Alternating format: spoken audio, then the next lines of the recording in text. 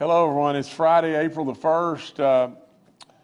Regretfully, we've lost another 41 West Virginians. It's, again, over and over. If we lose one, it's one too many.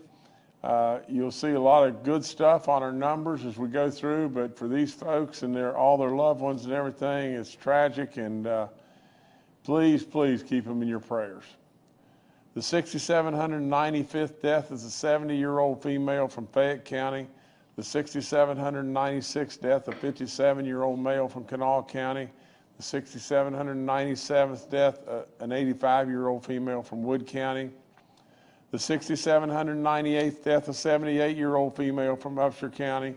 The 6,799th death, a 74-year-old male from Kanawha County. The 6,800th death in West Virginia, a 64-year-old male from Wyoming County. The 6,801st death, an 86-year-old male from Lincoln County. The 6,802nd death, an 84-year-old female from Barber County. The 6,803rd death, a 72-year-old female from Greenbrier County. The 6,804th death, a 51-year-old male from Wood County. The 6,805th death, a 69-year-old male from Kanawha County. The 6,806th death, an 85-year-old female from Jefferson County. The 6,807th death, a 63-year-old female from Barber County. The 6,808th death, an 84-year-old male from Gilmer County. The 6,809th death, an 84-year-old male from Monroe County. The 6,810th death, an 87-year-old male from Mingo County. The 6,811th death, an 83-year-old female from Taylor County. The 6,812th death, a 95-year-old male from Raleigh County. The 6,813th death, a 79-year-old female from Boone County. The 6,814th death, an 85-year-old female from Logan County. The 6,815th death, a 76-year-old female from Pleasants County. The 6,816th death, a 90-year-old male from Hancock County. The 6,817th death, an 84-year-old male from Pendleton County. The 6,818th death, a 37-year-old female, the 6,818th death, a 37-year-old male from Wood County. The 6,819th death, a 51-year-old female from Raleigh County. The 6,820th death, an 85-year-old female from Hancock County. The 6,821st death, a 97-year-old female from Fayette County. The 6,822nd death, a 66-year-old female from Monongalia County. The 6,823rd death, an 84-year-old male from Raleigh County. The 6,824th death, an 89-year-old male from Webster County.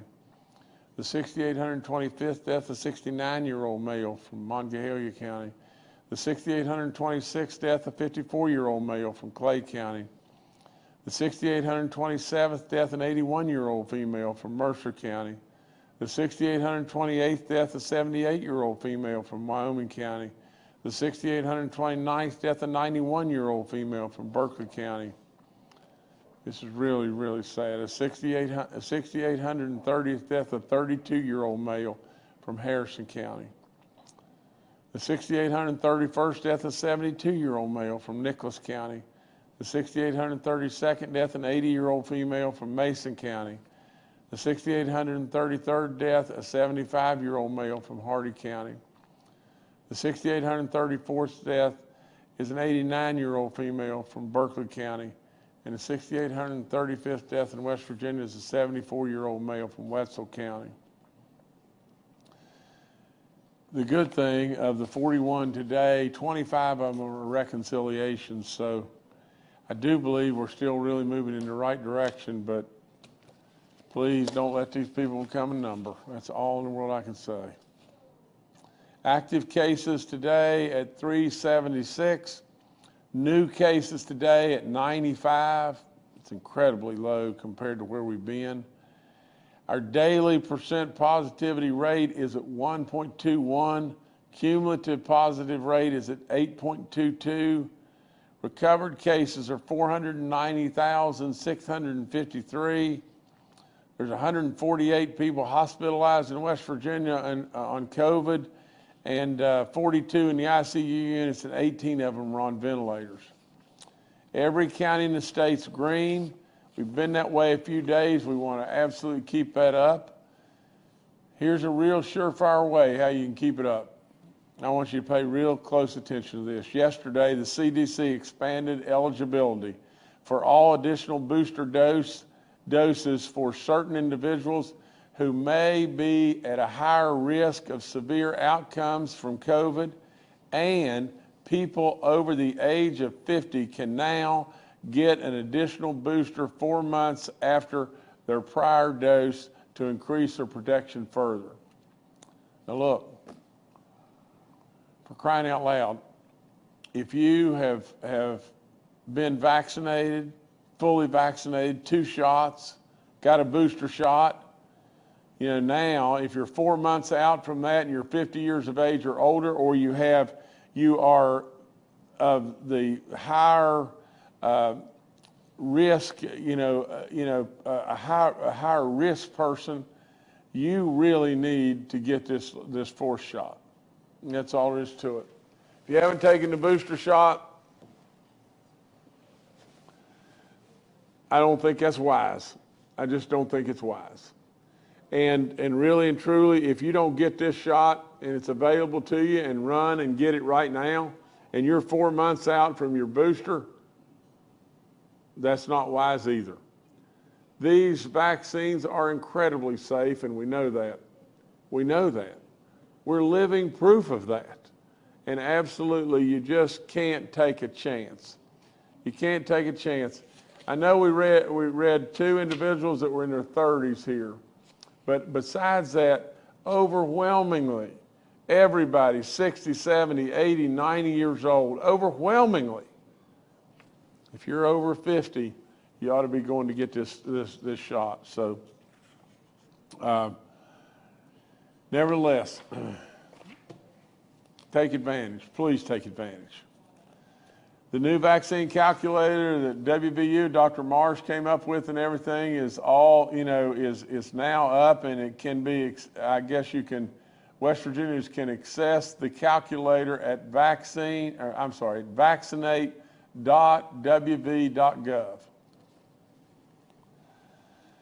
Okay, I've told you about all your booster shots and stuff like that.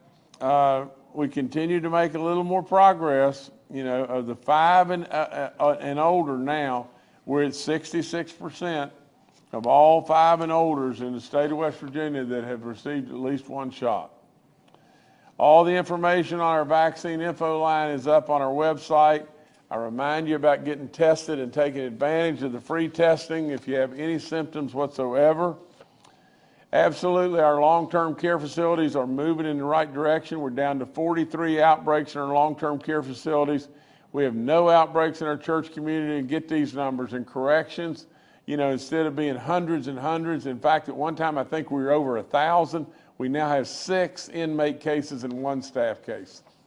Good work by a lot of people. I've talked to you about the rental assistance program and how landlords can apply. Absolutely how renters can apply. There's still dollars there. You need to absolutely take advantage if you're a landlord or a renter. And I've also talked to you about the new homeowner assistance program. This is for homeowners in the state of West Virginia. The program is now officially open, and this program can really put some major dollars back in your pocket if you're struggling with your mortgage payments, utilities, past due insurance, property taxes, other housing costs. Now get this, if you're struggling with your past due mortgage payments up to $15,000, maybe we can get that to you. Past due utilities, $2,500. Past due insurance and tax payments, and other housing costs up to $5,000 or more. If you qualify, take advantage. It's just going to pump more dollars into our system in this state, and that is helpful to all of us, and it absolutely helps these individuals out big time. Giving blood, please consider. There's lots and lots of blessings going on all across this great state, and if you've survived this terrible, dreaded disease, check with your physician about the possibility of you giving blood. Our Jump Start program, let me tell you something about our Jump Start program. Yesterday, Yesterday, I was going through a drive-through window, you know, one of the fast food places. Probably shouldn't have been doing that, but I was doing it and everything, just picking up just something. And two of the ladies that were there, they said, do you know, we've been back to work now, one of them for 6 weeks, and one of them had been back to work since October. And they're looking and they're hopeful of getting this $1,500 Jumpstart check. They referenced that right off the get-go. And they said, we hadn't been working, and we came back to work, or we got into the workforce. I can't recall exactly what they did. Here's a question that I asked them. Are you happy to be back to work? And both of them said, you dadgum right. I feel so much better. Absolutely, you dadgum right. And they were excited as they could be, and they were just as friendly and happy acting as they could possibly be. Just maybe if we don't reach anybody else, we reach two. What are two worth? That give a real feeling of accomplishment and pride. Our Jumpstart program, $1,500, you know, that may absolutely get them on their way in their life, and we need them. We need them. Our businesses need them. You know, tickled me to death, to tell you the truth. Really proud of those ladies. I hear something that would just blow you away. And you know, it's, you know, when you walk into something and it's not running very well, and then all of a sudden, all the right buttons are pushed by lots of people, but you've been the coach and you've been the leader of the band. And all of a sudden, the engine starts running and it starts working. And that's what's happened with West Virginia. And now the engine is really running. There was a time when I came in front of you and I stood up and said, I'm going to take you on a rocket ship ride. And there's lots of people that thought, there's no way. What in the world is he talking about? You know, we've been West Virginia forever, and we'll be West Virginia forever. But I didn't believe it. I didn't believe it at all. Now, can you just imagine this? That we, in the month of March now, another record. How many more records are we going to have? I hope to goodness that I can just continue to pump out record after record after record. And you know what I hope? I hope we can rub it in the face of those that didn't believe, and rub it in the face of people out of state that have told all the bad jokes about West Virginia, because West Virginia, you are doing fantastic. That's all there is to it. In the month of March, we were $150.1 million above budget in 1 month. I mean, do you remember when I, brought out the lays and all the stuff, and when we were $32 million above budget in the month of July, and then I think we were $32 million again in the month of August, and together the 2 months totaled really $65 million, because there's 32,600 or whatever, and 32, 450 or whatever, but it was 65 total. Now, with all that being said, now just think about it. Think about it. $150.1 million in the month of March, and year to date now, we are at $740 million above budget. It is amazing, beyond belief. Yeah. And so there's no point in me going through all the little details and everything here, but you've got, I'm going to just touch on just a couple. Severance tax naturally are way up. The personal income tax is off the chart, way up. Consumer sales tax 11% ahead of last year. The corporate net income tax is significantly up. I mean, it's just all across the board. And so we just are going to keep this thing rolling and everything, and there's no question. I don't care what anybody says. Not only are we on the rocket ship ride, we're kicked back and really enjoying the ride. We want to make sure and manage the store properly and set ourselves up in West Virginia for decades and decades of goodness to come. We owe our young people that. We owe all those that are going to come behind us just that and everything. Now, we got this thing really going. We don't want to be frivolous and just throw the money away. We want to be smart, really, really smart. So I challenge all of us to not drop the ball, not get in our own way, but really and truly, this is unbelievable, and this is really great stuff. I did veto 5 bills, just to touch on real quick, House Bill 2020, I felt like that we hastily got it through, and we surely need to do some more work in regard to really getting some real experts in. Naturally, we want to improve DHHR in every way, and I stand behind that, and in every way. But with all of this, we sure don't want to do something to where we could stub our toe and lose some of our federal funding and really hurt a bunch of people, because they depend on us. I mean, they really depend on us. And so we're going to get it right. And when we get it right, we'll move forward. But I can't see moving forward, with a 2 or an 8-page bill, on an agency that expands all across the universe like DHHR does. I also vetoed House Bill 4001. It's in regard to broadband. Everybody here knows I am excited as I can possibly be about broadband. It is absolutely going to be our future in every way. It's just another one of our, highways that we need to work on in every direction. And with all of this, we'll get all this straightened out. We're going to get this straightened out in our special session that is coming up in about 30 days and everything. There's just some technical flaws in what we had, and we had really an uprising, from many of the business leaders, many of the providers that are going to be putting the broadband out and doing all the different stuff that said that this is a big time mistake, and we're going to really stub our toe. And so had to veto that, but we'll get all that straight, and we'll get it straight real soon.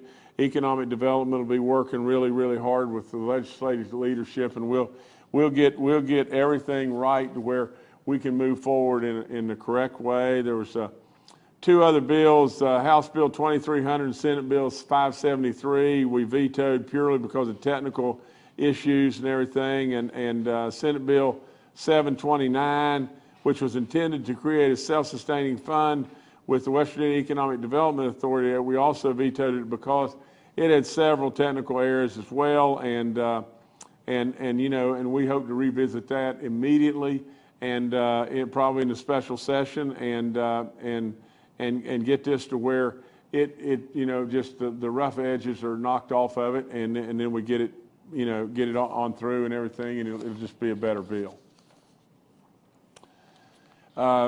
From the standpoint of a judge that we were going with, it was Judge Nickerson, Donald A. Nickerson Jr., who I appointed, as one of the judges of the intermediate court and everything to the longest term and everything. We appreciate, his consideration and everything. He's decided to back away from that. I think, that when he got really into it and everything and looked at all the requirements and whatever like that, he decided that, it was in his best interest from a financial standpoint and other considerations. I'm sure that he decided to decline. I have formally now requested the West Virginia Judicial Vacancy Advisory Commission to reopen the application process and solicit new names, as well as, we still can consider the names that we already had. But we appreciate Donald Nickerson for his consideration, and we'll move forward on that. Okay, here's a wonderful announcement. The old Myelin plant, that WVU announced yesterday that WVU Innovation Corporation has officially taken ownership of the former Myelin plant. Now, when Beatrice announced, that they were packing up and leaving, I thought it was shallow, and I think, thought it was just not good, because we all know what they're doing. I mean, really and truly, they're going to go overseas. make the drugs. The drugs are probably going to be inferior to how they were, well, we know how they were made here and everything. Make them with cheap labor and ship them back here. And, you know, and we all know that, and it wasn't good. They did make a commitment that they would work with WVU, and so the two parties continued to work together, and so finally, you know, we're at a conclusion here on at least the buildings. And so WVU, I am very, very confident that with all the great stuff that's going on at WVU today, you know, that many, many good things are about to happen in those buildings, you know, and it's just a crying shame as to what happened, and you know, so we're going to keep doing what I said. I mean, all these problems are not simple. I mean, you just don't just boom and they get solved. You keep working it, and you just work it and work it and work it, and try to be as smart as you can possibly be about it. But we're knocking them down. We're knocking them down one right after another, and we appreciate WVU. We appreciate Beatrice, you know, still working with us and all this and everything. But according to the WVU announcement, discussions are already underway with potential tenants to lease space within the 1.1 million square foot facility. So all that's good. Good news, and we thank WVU in every way. Here's something that's really, really neat. Klockner is, you know, the manufacturing plant that they put in at Beaver, it's knocking it out of the park in every way, and all of a sudden now, it has been named their worldwide plant of the year for productivity. It's unbelievable. It is just unbelievable. You know, when people on the outside, I have said it 1,000 times, when people on the outside that thought we were the backward or the poor or a state that just had no hope of doing anything, when they get a taste of West Virginia, they'll see craftsmen, they'll see faith-based, good people, hard-working people, people that don't mind getting their hands dirty, and people absolutely that appreciate the opportunity that others bring when they come to this state.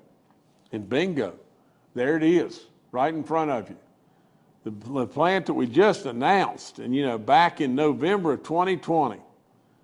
November of 2020, here they came. And literally in Beaver, West Virginia, that they've been named by Klockner as their worldwide plant of the year for productivity. Doesn't surprise me a bit. You know, now what they're going to do, they're going to expand more in West Virginia. Absolutely, it just keeps happening and happening, and I knew it would happen. I knew it all along. You know why I knew it? Because I believed in you. I believed in you with all my soul.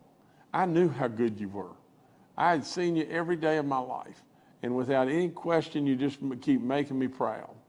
Now I've got to read a little bit to you here, but you know, April Fools is today, and my communications people, they came up with all kinds of stuff and everything, and some of it was a little probably a bit over the edge, and so I'm not going to go there with you, but I'm going to read this to you because, you know, they've also brought me this. It says, speaking of April Fool's jokes, I saw an article in a publication called #West Virginia, and they said that they said they did an exclusive interview with me, and I wanted to read some of it, you know, throughout all the discussions and everything, that I would be reading some of it to you.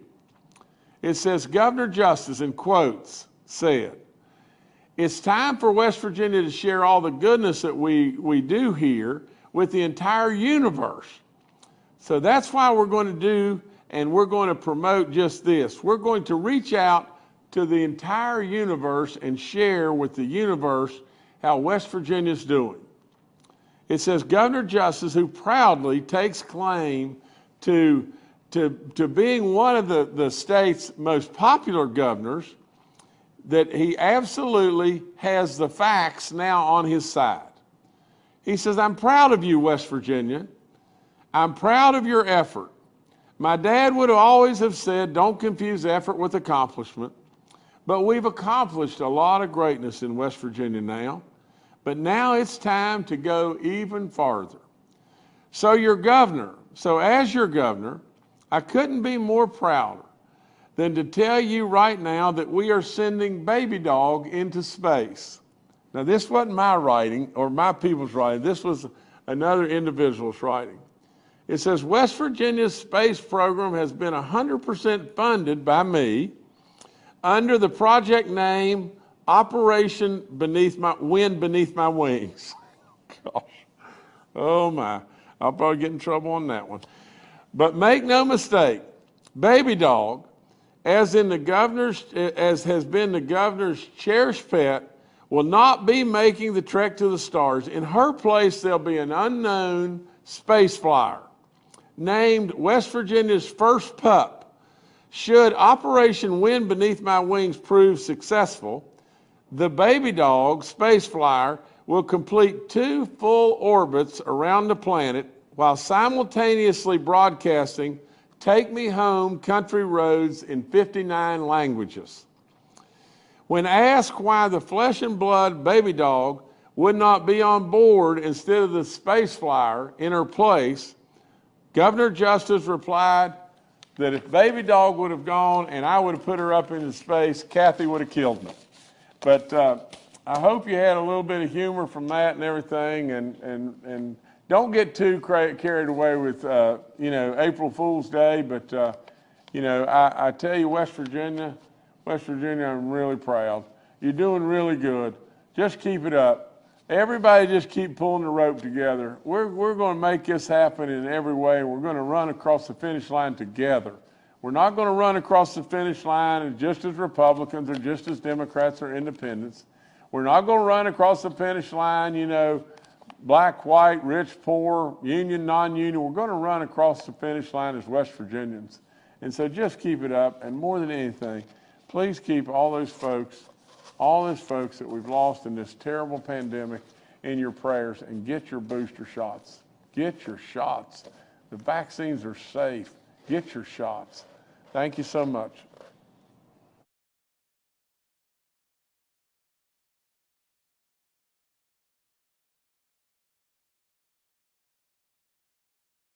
All right, thank you, Governor. Dr. Clay Marsh, our coronavirus czar, and Dr. Ayn Amjad, our state health officer, are also joining us today and are available for questions. Secretary Bill Crouch and retired Major General Jim Hoyer had prior engagements today and will rejoin us next week. We'll now go to questions from members of the media. The first today from Charles Young with WV News. Hi, this is Charles Young with WV News. Dr. Marsh, could you tell us a little bit about the symptoms that BA.2 are showing among folks and how they differ from what we've seen among the previous variants? Thank you. Good for me to go, Governor?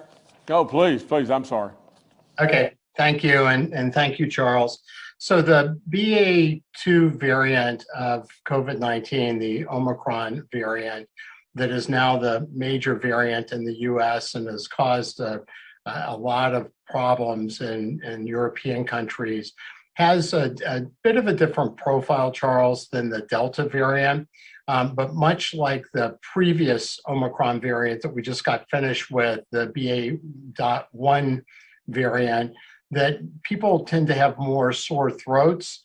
They may have sinus congestion and headaches, but at least in South Africa, where we really documented the Omicron variant the most completely, about 40% or so of those infections were relatively asymptomatic.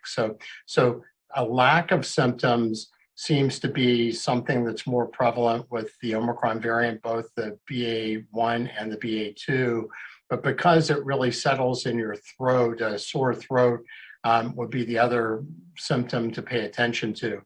In Europe, at the time that the BA.2 variant and the BA.1 variant both were most prevalent, then their finding was that basically people that felt like they had colds were oftentimes diagnosed with either one of these variants. So these are less specific. Delta gave you more loss of smell and taste and maybe more respiratory problems.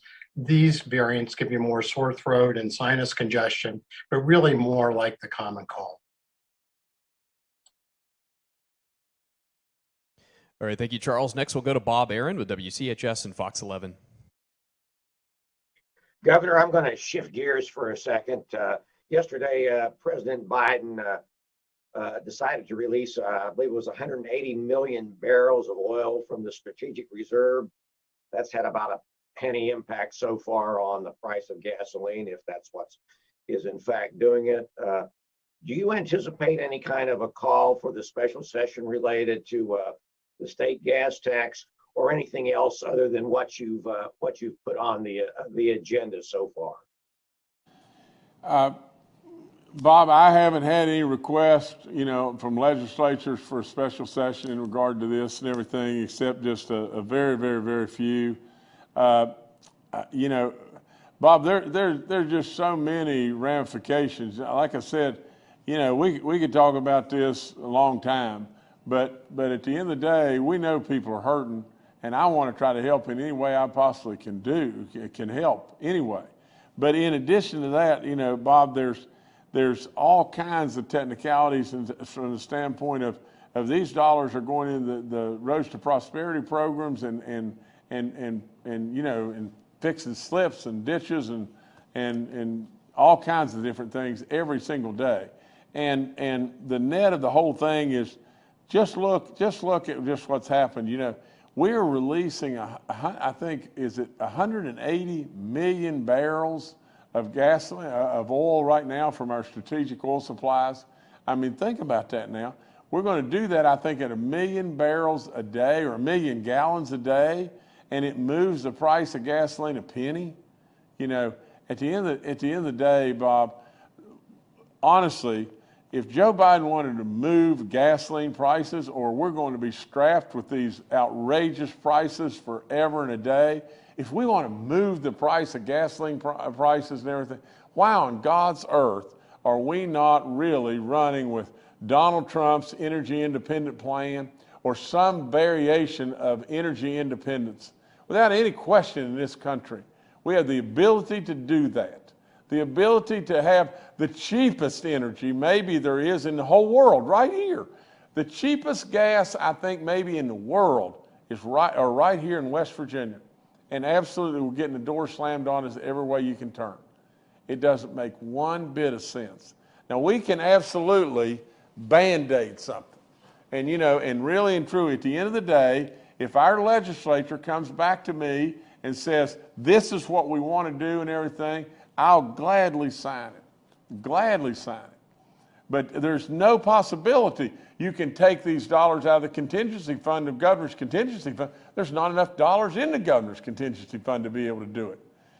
Maybe for a few days, but then it becomes, a Band-Aid for cancer. And at the end, and with all of that, it doesn't really cure anything. We want to cure something. Unless this nation, we want to struggle through outrageous, beyond belief, outrageous gas prices forever. We best better become energy independent. And I'd say one other thing, Bob, and just stay with me just one more second. We think things are bad right now.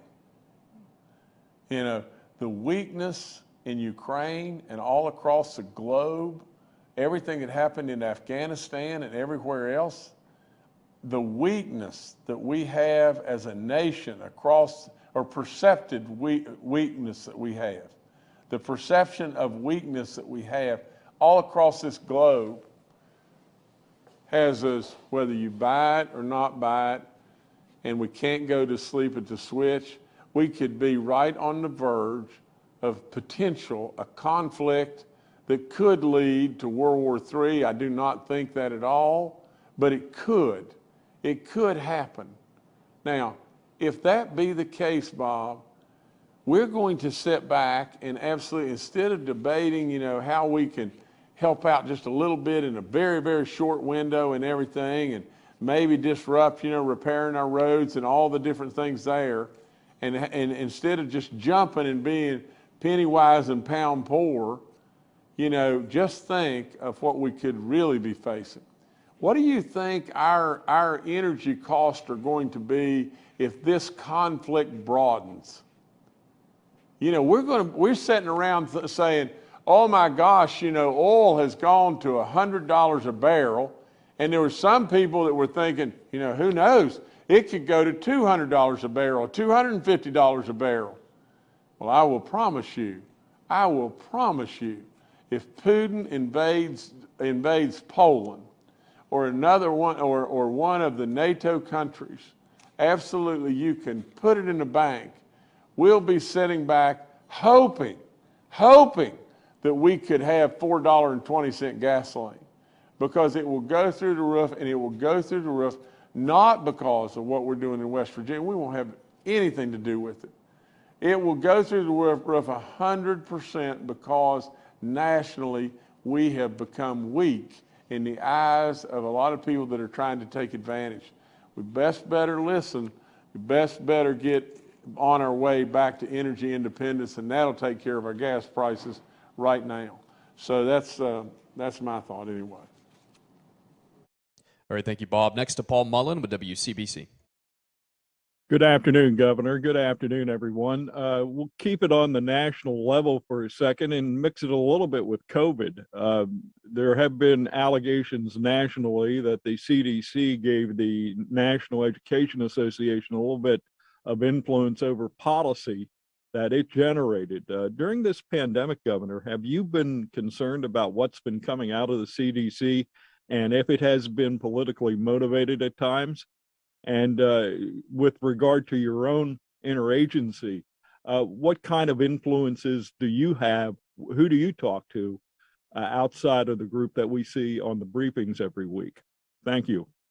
Well, Paul, you know, I'm talking to everybody. You know that. I mean, I'm talking to everybody all the time.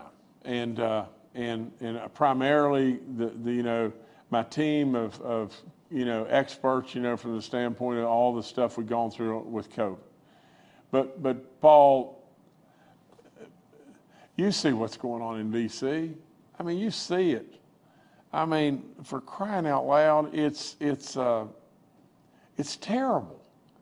How many inconsistencies, how many things are coming out of the CDC that absolutely are wrong? You know, I mean, just think about West Virginia for just 1 second. I mean, I don't mean this in a derogatory way, but in the scope of the entire federal government, the entire government of the United States of America, West Virginia is just a dot. How many bad decisions have you seen come out of West Virginia? How many inconsistencies do you see coming out of West Virginia? And I owe all the credit to the great team that has been around me. The Dr. Marshes and General Hoyers and Dr. Amjad and Bill Crouch and all the people around him, you know, General Crane, all of them that have absolutely done incredible work. Little old West Virginia. What is wrong with our federal government? There is, I mean, the inconsistencies out of the CDC are just inexcusable. Inexcusable. Now, and you say, can they be politically motivated? Are you kidding me? Are you kidding me? They're all politically motivated, you know, and it's a shame. It's a shame. And if we don't get back, and I have said it 1,000 times, you know, all my roots are very conservatively grounded. Everything.